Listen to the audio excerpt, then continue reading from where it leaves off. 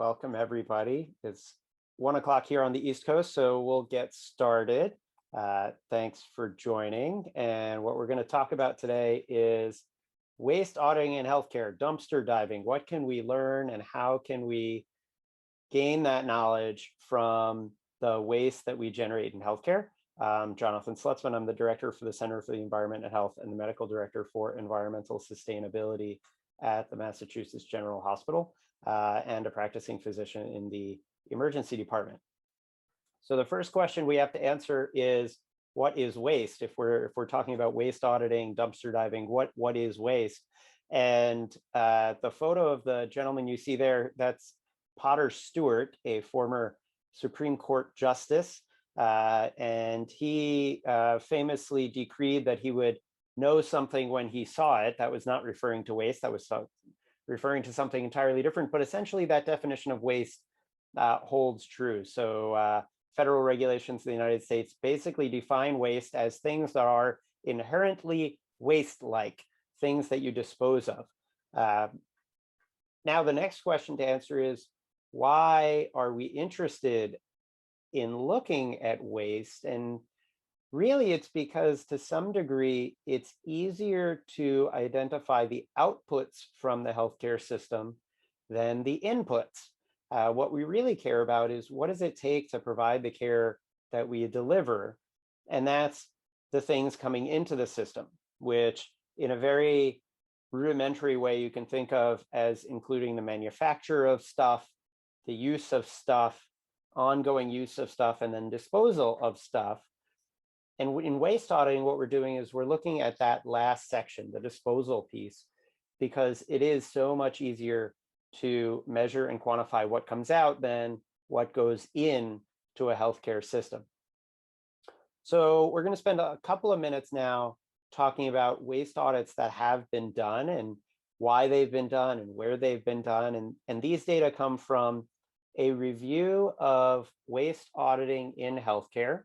142 identified published studies in the literature, at least as of last summer, that were done all over the world. So you'll see a large number done in the United States, not to be surprised, but Australia, China, India, Iran. A good variety of countries are represented by those 142 waste audits that have been done in clinical healthcare. And they do them for different reasons and in different venues that we'll get to. So why would you do a waste audit? Again, these are from those studies that have been done and published. A lot of times they're done because people wanted to improve their own waste practices, either because they identified that waste was perhaps commingled or disposed in ways that at least the researchers thought could maybe be improved, and they needed to quantify how much that improvement would be. Other times it's because they just want to identify targets to reduce waste generation. If waste is truly considered to be a product that doesn't generate value to us, doesn't improve patient care, then we should want to reduce it as much as possible, both to reduce its environmental impact, but also to reduce the financial cost, which brings us to the second to the last item on the list, which is just plain old saving money. We had actually expected that to be a more frequent reason cited to do a waste audit, but it turns out that most studies just were not looking at it for that reason. And I guess that's kind of a little heartening in that it wasn't just all about the Benjamins, it was also about improving our environmental performance and reducing those downstream pollutant impacts on human health. So lots of reasons to do a waste audit. Once you identify why you're doing it, then you can start talking about where and what. So about half of the waste audits that were published were done in multiple hospitals or at the health system level. And some of those were in national health systems. Some of those were in multi-hospital practice systems in which many of us work. The next largest group were single hospitals, so looking at all of the waste coming out of an entire hospital, a pretty big undertaking.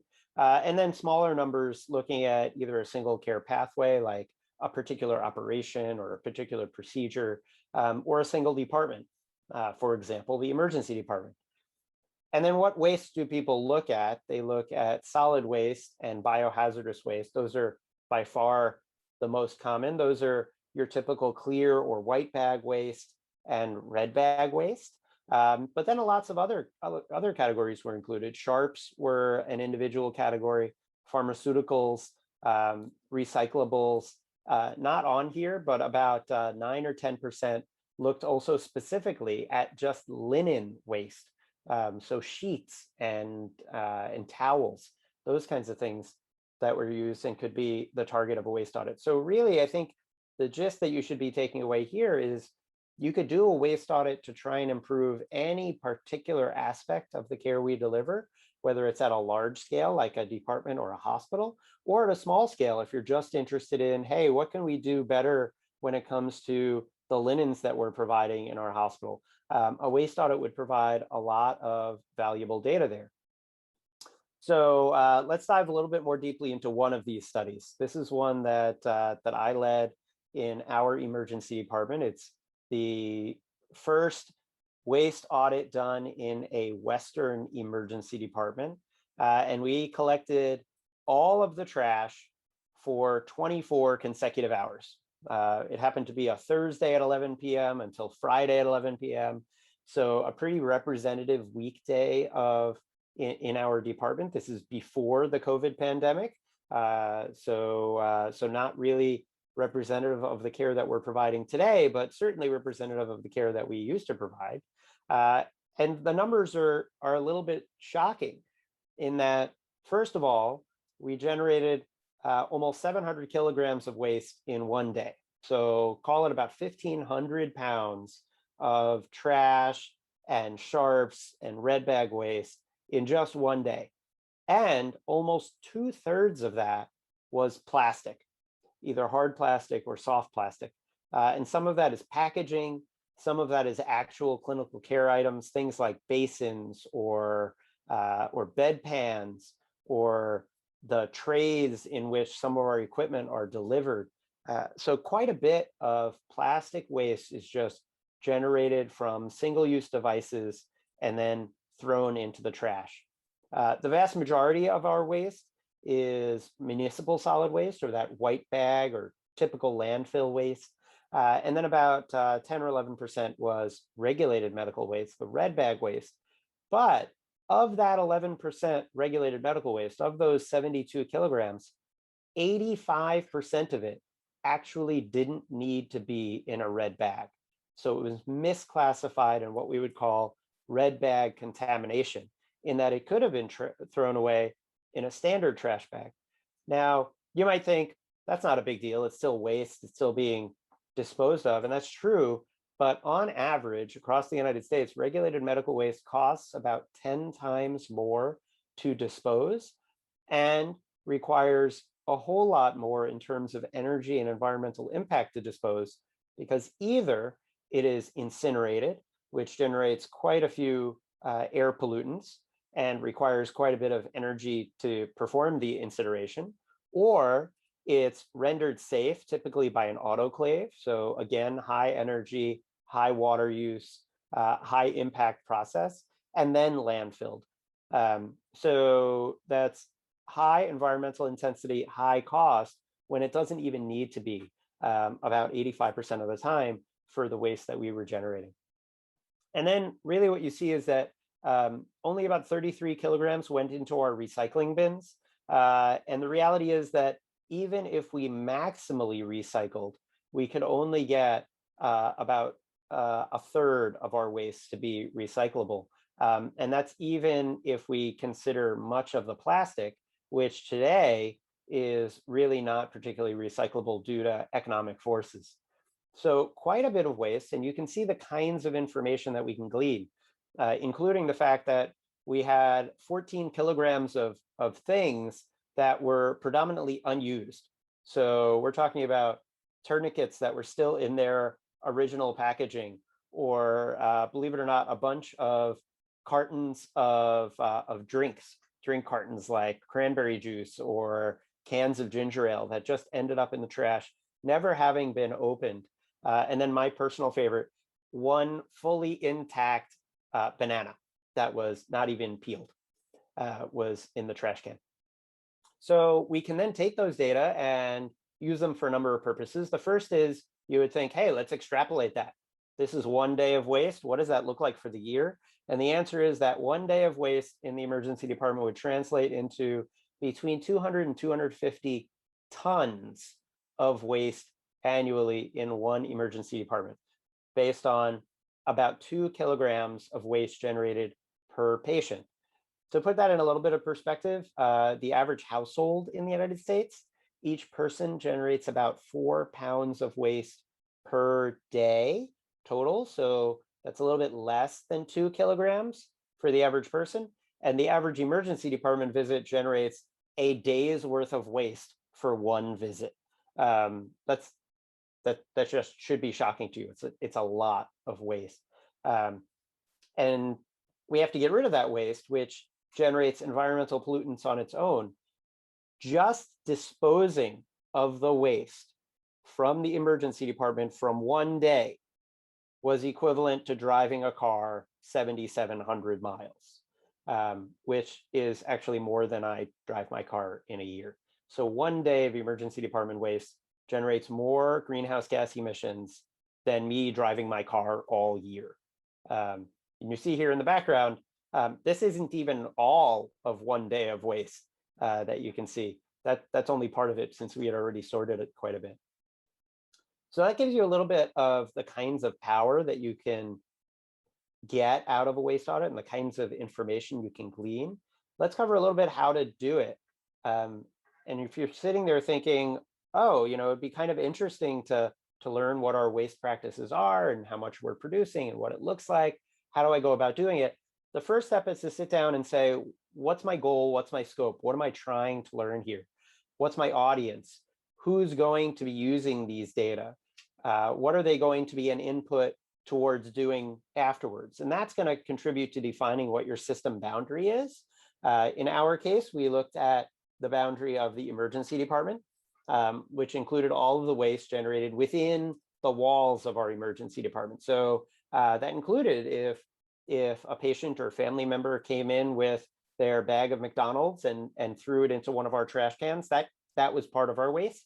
But it also meant that a patient who got admitted and had some equipment on their bed or attached to them when they went upstairs, those pieces of equipment were not captured in our waste audit.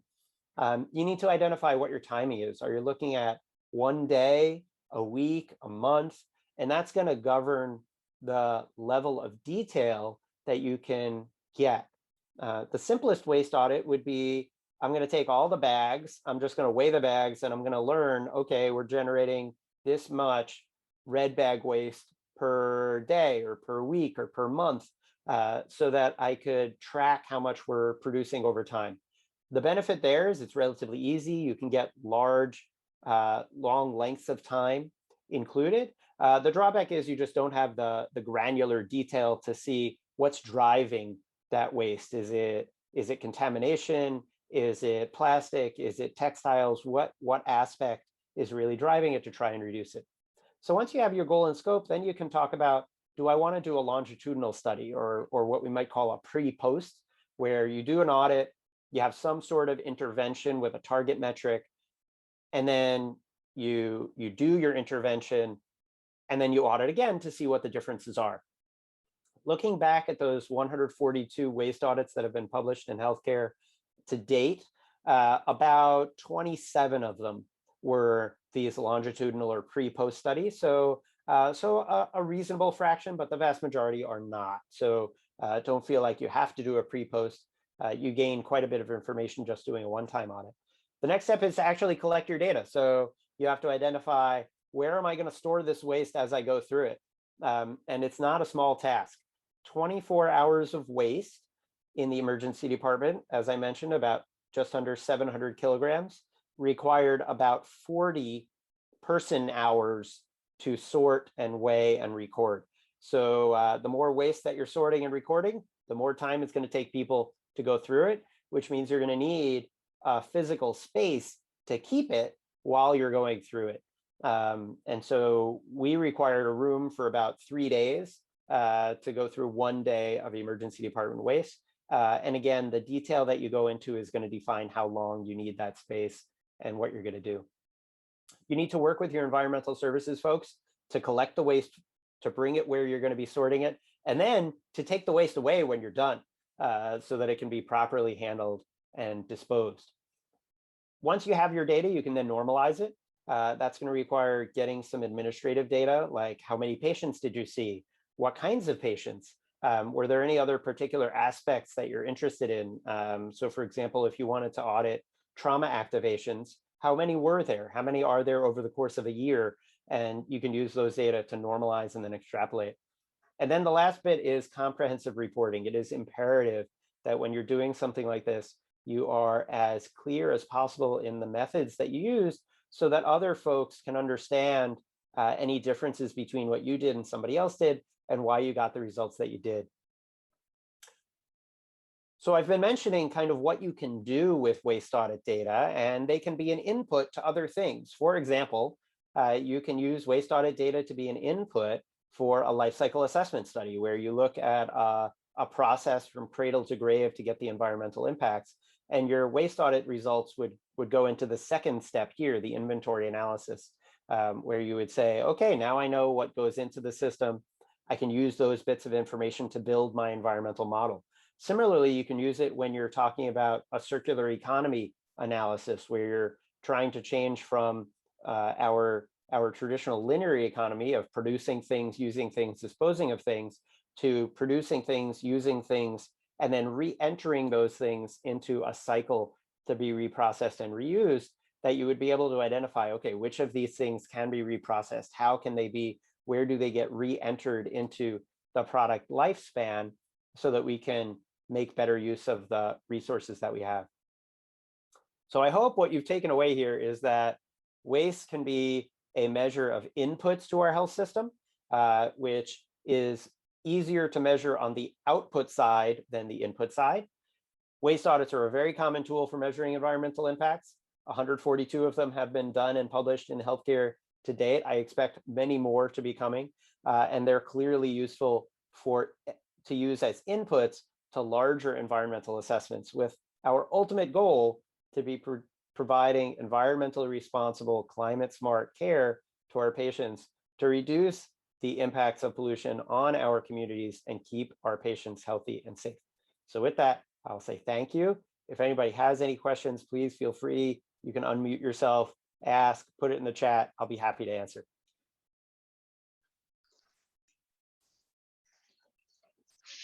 Did you count the banana as food or unused product?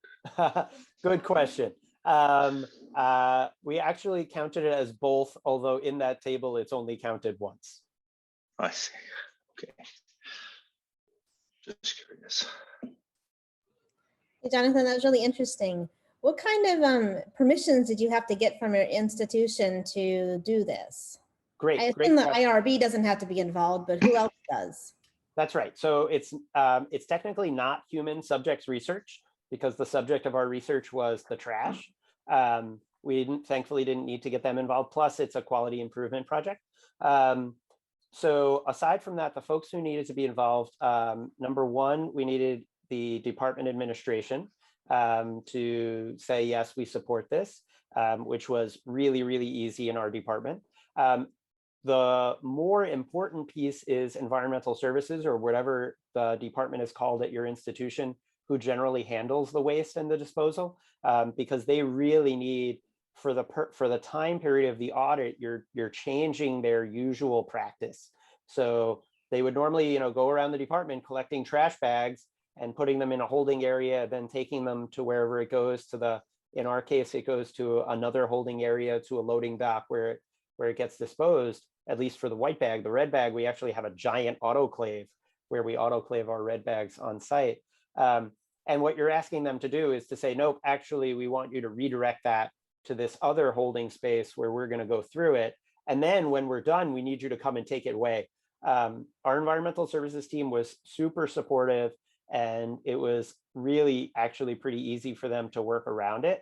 And then the last step was getting our basically buildings and facilities team to work with us on identifying the holding space. That was the hardest step, was finding a room big enough and safe enough where we could keep trash for multiple days, so that we could then sort it and go through it and protect the room. So in that photo that I shared, you see the room completely sealed in plastic. That's our training room. So it has carpet and nice walls, and we just completely covered it. So when we were done, it looked exactly the way that it was when we started.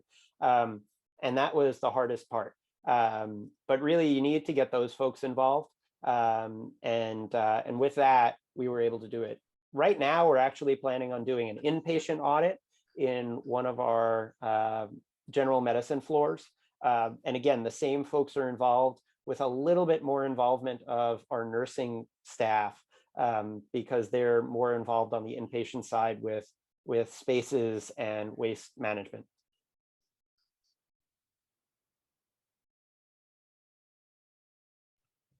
So I know it's one thing to get the data and then another thing to translate that into change. Has there been any discussion in your department following this audit about how to improve waste management? Yeah, another great question. Thanks, Kelsey.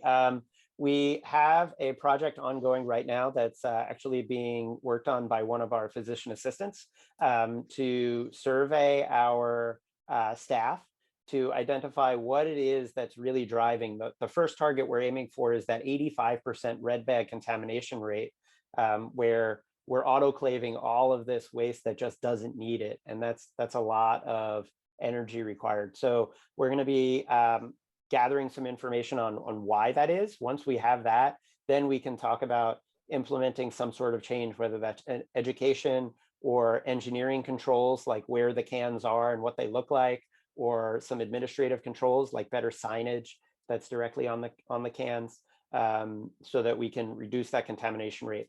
The CDC recommendation target is about a 10% contamination rate.